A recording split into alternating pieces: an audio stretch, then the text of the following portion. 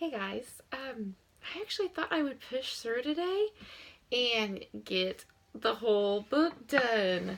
Um, so this is going to be Phoenix Incandescent, chapter 21, The Garden of Glass.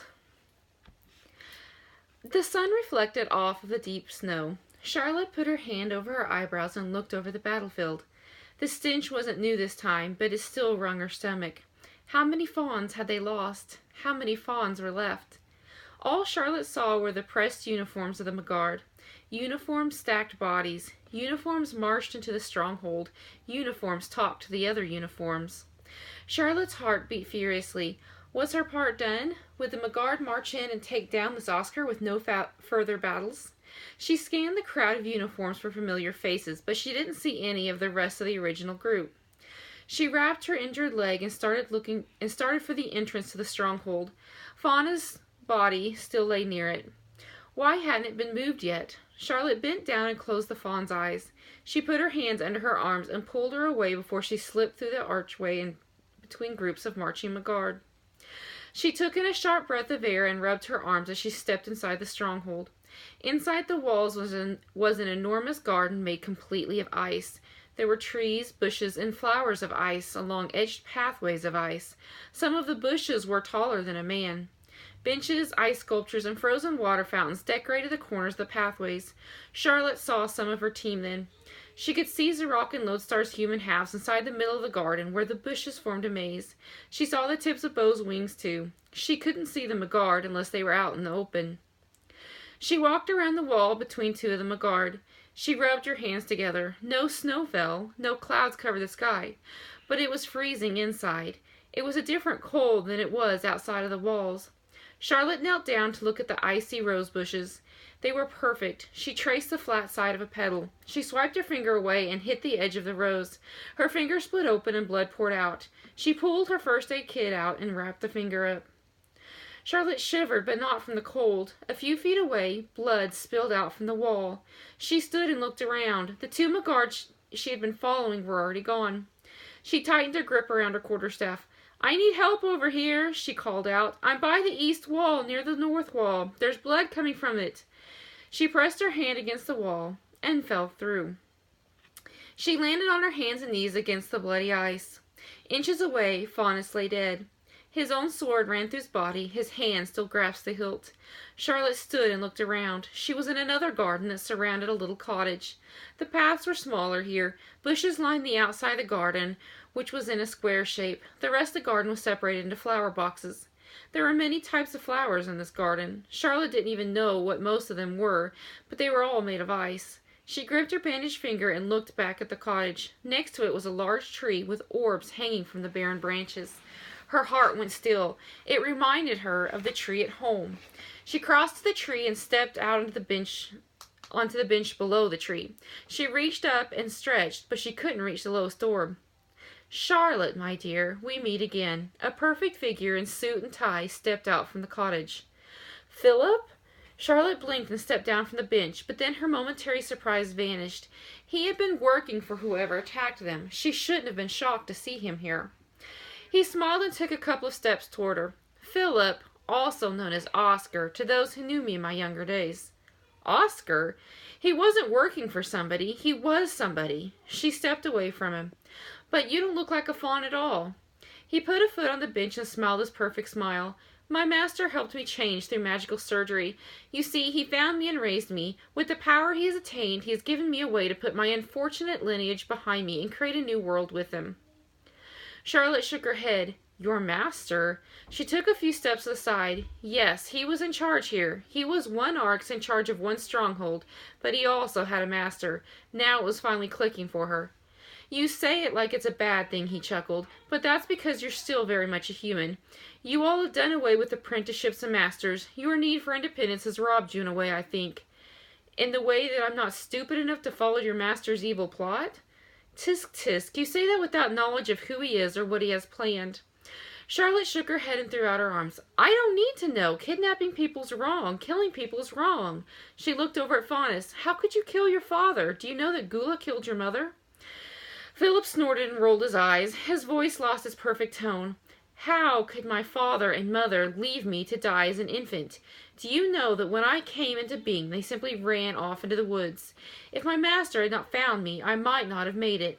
I have devoted my life to saving my brothers and sisters from their neglect. He reached behind a bench and brought out a large rod. It's nothing you would understand. You wanted for nothing as a child. You grew up in a castle of all things. Charlotte gripped her quarterstaff. Your father was a jerk to me, but he also stood up and fought and was brave when the time came to do what was right.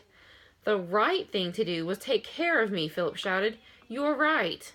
My master was the one who did the right thing by rescuing me and raising me. Charlotte sighed. She couldn't argue with that. You attacked my home and my parents, and yet you expect me to believe that your master is a good person. Philip took a few steps toward her. A smile crept across his face. Tell me, are your parents good people? Yes, they are good people, Charlotte shouted. What do you know of this master and his intentions? But do you know for sure about your parents, like I do about my master? Philip asked softly. Do they tell you everything? He tilted his head to the side. Or do they, like my parents, create something and then leave? He laughed when she stumbled backward. They created something new, something magical, and then they leave you to deal with the consequences of their actions. You still don't know what the Weaver Council will say about you, even if you didn't get your father's abilities. Charlotte's heart froze in fear. And there may not be a Magani Council, but once they hear about you, that may change. He snorted. They may even destroy you. No, Charlotte whispered, they wouldn't do that. And you don't have the slightest idea about the fairies yet. Do you really think they would let you live? They did. Philip tapped the rod in his palm. We shall see. You know, I find you quite interesting. He smiled. I think my master will find you interesting too. If you prove worthy, he may even have room in his plan for one more Arx and one more stronghold. He lifted his eyebrows. Even if you aren't a Dane Weaver after all. He chuckled and slipped out of his jacket. I was supposed to collect all three of you, you know. The master was curious to know if the Princess Dane Weaver would see the worth in his plan. He wanted to know what you would do to keep your memories. I'm not a princess, Charlotte said, and I'm capable of making my own plans. Well, aren't you precious? Philip sniffed the air, and I take back the princess bit. You reek. He paced slowly back and forth in front of her. Charlotte looked back at the wall. Hadn't they heard her cry out? Why hadn't somebody found them yet? Oh, I heard you call out. They won't get in here without a weaver, and you didn't bring one with you, did you? Charlotte steadied her legs. How did I get in, then? Philip smiled. Why does magic have to be spread out the way it is? Shouldn't it be available to everyone? Why should the Dane Weavers have to have their memories wiped when they could simply buy their own magic? Shouldn't the Danes have access to it if they wanted? What about the Hobbs? Shouldn't they have magic? Charlotte lowered her weapon. Can that be done? Philip nodded. That's how I have magic. Show me. Come then. He dropped the rod on the ground. Lower your weapon and accompany me to the tree. Charlotte paused and looked him in the eyes. Oh, come, come, Philip laughed. I won't hurt you right now. You have my word. Charlotte lowered her quarterstaff and sat down next to him on the bench. Philip extended his arm up and whispered something. One orb drifted down from the branches and settled into his palm. Inside was a miniature mermaid. One of your guests we kidnapped, I believe. What have you done? Charlotte looked at the dozens of orbs hanging from the tree. It is only a small part of my master's collection. The party allows me access to. He is such a generous man. Instead of hogging all the power, he has allowed 8 of us to share in his plan. We guard each of his gardens, and in return we use the orbs for our own pleasure.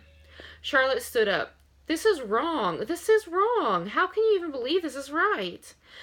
Philip shook his head at her. I must admit that I thought you would be curious and even interested in what the master has to offer. Isn't this everything you've always wanted? You could be a great weaver. You could find your parents. You could marry whomever you want, or not at all. Be sensible.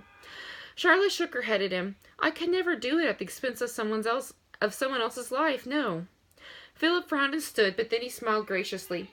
Perhaps you'll rethink your position in the future. You still have much to learn about this world. Well, well, what do we have here? Charlotte felt the blow to her side and the slam of her body against the icy floor. Is it time to leave, my darling? Philip asked smugly. Almost. Raven glared down at Charlotte. We must make sure Bo has a reason to stay on the ground so we may escape. Otherwise it might be difficult. That's easy enough, but first help me take her pack off so we can move the master's collection. Gladly. Be quick about it and don't touch your skin, he warned. Raven kneed Charlotte in the back and pulled her arms behind her. Philip pressed her head into the ground with one hand and helped Raven wrestle the bag off of Charlotte with the other. I don't know what we could have done without you, Charlotte. Not only do you provide us a means to transport the collection, but you also serve as a way to ensure we escape. Raven unzipped the bag and held it open. Philip whistled a tune and the orbs gently floated down from the tree and landed in her bag. Charlotte squirmed under Raven. Give me my pack back. Escape with your lives, but leave the innocent lives behind. Oh, honestly, don't embarrass yourself, Raven laughed. Between my flight and Philip's magic, you stand no chance. Charlotte rolled, pulled her knife out, and plunged it between Raven's wings at the top of her back. She pulled the knife down. Raven screamed and then went quiet after she fell. Blood poured out between her wings. Philip hesitated, then fell to his knees and placed his hand on Raven's back. Charlotte ran for her quarterstaff. She stood and turned, but his rod met her shoulder and she fell against the bench. He struck her again and again until she finally managed to turn and meet his strikes with her quarterstaff. Take your Raven and leave me the bag, Charlotte yelled. You are a feisty one, Philip yelled. I hope you'll reconsider my proposal someday. Perhaps once you see what happens to those who resist when my master takes over. Your master won't take over. You two should stay here with me. Help the Magard take him and the other Arxes down swiftly. I would never betray the man who saved me. Philip hit her harder. Back and forth they fought. Charlotte's hands ached. She ignored the pulses of pain throughout her body, but her hands were harder to avoid. Finally, she remembered Basil teaching her in the fields. She ducked and swung her quarterstaff hard and low. Philip fell. She ran to him, kneed him in the lungs, tore his rod out of his hand, and threw it across the garden. Give up. Philip panted and stared at her. He closed his eyes and nodded. Okay. Charlotte sighed with relief, but she kept her weapon on him. Philip looked to Raven, who had whimpered, She's dying. Please let me tend to her so she may live. Charlotte tapped him on the chest. Give me my father's bag first. He slipped the bag off his shoulders and slid it over to her.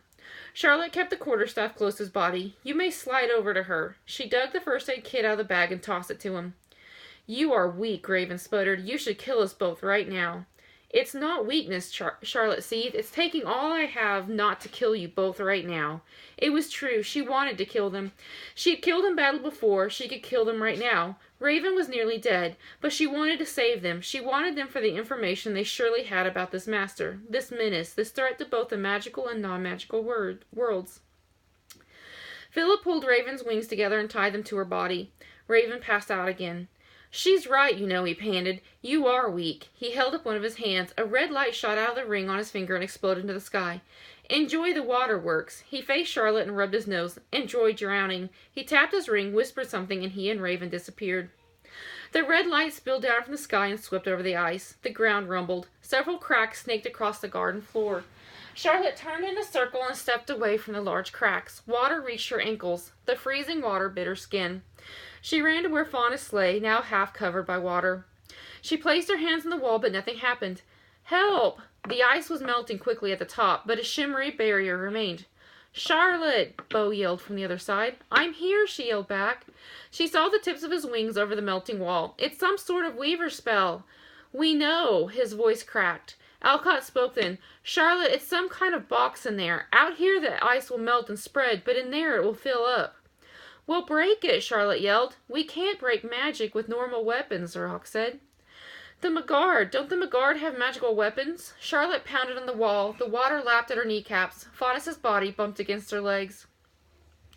We can specialize our weapons if we have the time and the weaver to help us, Alcott said. We have neither.